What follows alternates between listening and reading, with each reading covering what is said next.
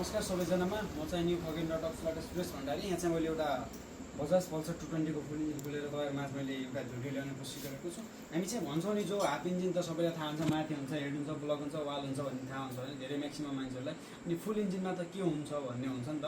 फुल इन्जिनमा चाहिँ के पनि हुँदैन है, हाम्रो मेन हुने भनेको फुल इन्जिनमा गियर बक्स हुन्छ। गियर बक्समा के समस्या छ भने गियर बक्स खोलिदिन्छ होइन। अब गियर बक्स चाहिँ हामीले खोल्ने हो, मजाले गियर बक्स खोल्छौँ। त्यो चाहिँ यो गियर बक्स खोल्ने। अनि मेन चाहिँ हाम्रो जो कनेक्टेड फुल इन्जिनको बेरिङहरू भन्छौँ नि, जो फुल इन्जिनको बेरिङ भनेको यो ठुलोवाला क्र्याङ्कको बेरिङ, क्र्याङ्क सेटको बेरिङ, यो चाहिँ क्र्याङ्क सेट भन्छन्।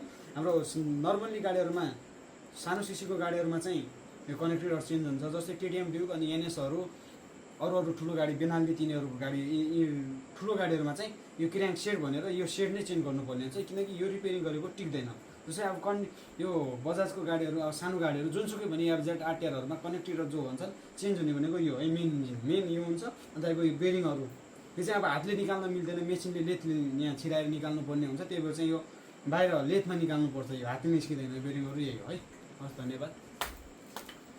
त्यसै गरी हाम्रो यो चाहिँ जो ओइल पम्प भनेको यो ओइल पम्प हो, जो कि हाम्रो इन्जिनहरूमा सबै ठाउँमा नसा चाहिँ हाम्रो शरीरको नसा हुन्छ। त्यसै नसामा रगत पुर्याउने जसै नसाको काम हुन्छ, रगत जो सप्लाई हुन्छ नि तल्लोदेखि माथि सबै शरीरहरूमा, त्यस्तै यो नसामा चाहिँ मोबिल पठाउने काम चाहिँ यसले खिलाउने हो, यहाँ छान्ने हुन्छ होइन। यस्तो यहाँ चाहिँ देख्न सक्नुहुन्छ यो डस्टहरू, फोहोरहरू कसरी यो जम्मा भएको छ। यो चाहिँ यस्तो डस्टहरू हुन्छ आइल पम्पमा, जो कि यो चाहिँ हाम्रो हिट हुने समस्या हुन्छ है।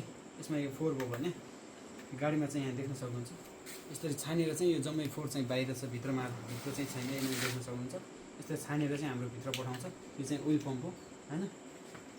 यसै गरी अब तपाईँहरूलाई पनि यो गाडीहरूको बारेमा केही जानकारीहरू चाहिन्छ, बाइकको बारेमा के बुझ्न चाहनुहुन्छ भने मैले माथि चाहिँ नम्बर छोडिदिन्छु। हाम्रो लोकेसन चाहिँ तपाईँहरूलाई थाहा नै होला, डोटी जिल्लामा रहेको पिपल्ला बजारमा, एकदम बजारमै रहेको बजारमै अवस्थित यो वर्कसप हाम्रो, जो चाहिँ टिभिएसको अथोराइज ब्रान्ड, जहाँ कि हामीले सेकेन्ड ह्यान्ड बाइकहरू पनि एकदमै किनबेच गर्ने गर्छौँ, एकदम मिलाएर एकदम राम्रो रेटमा बेच्नु, राम्रो रेटमा किन्छौँ पनि, एकदम सस्तो रेटमा दिन्छौँ पनि। गाडी एकदम राम्रो ग्राहकलाई सन्तुष्टि हुने तरिकाले बाइकहरू पनि टन्न रहेको छ।